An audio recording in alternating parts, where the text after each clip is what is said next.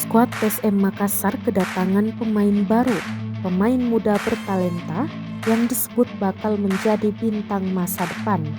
Pemain yang dimaksud juga merupakan penerus nomor punggung 14 PSM Makassar yang pernah digunakan Asnawi Mangku Alam saat masih berseragam. Berbicara soal nomor punggung 14 di PSM Makassar, sebelum Asnawi Mangku Alam, nomor ini pernah menjadi milik Ansar Razak.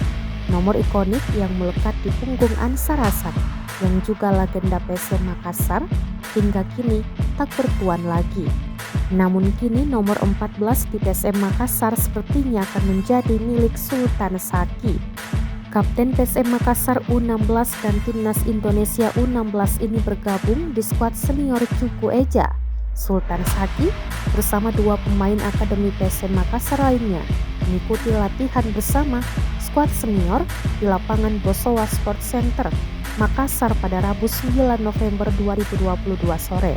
Hingga berita ini diturunkan belum dipastikan terkait status Sultan Saki, apakah resmi promosi ke tim senior atau masih ikut training.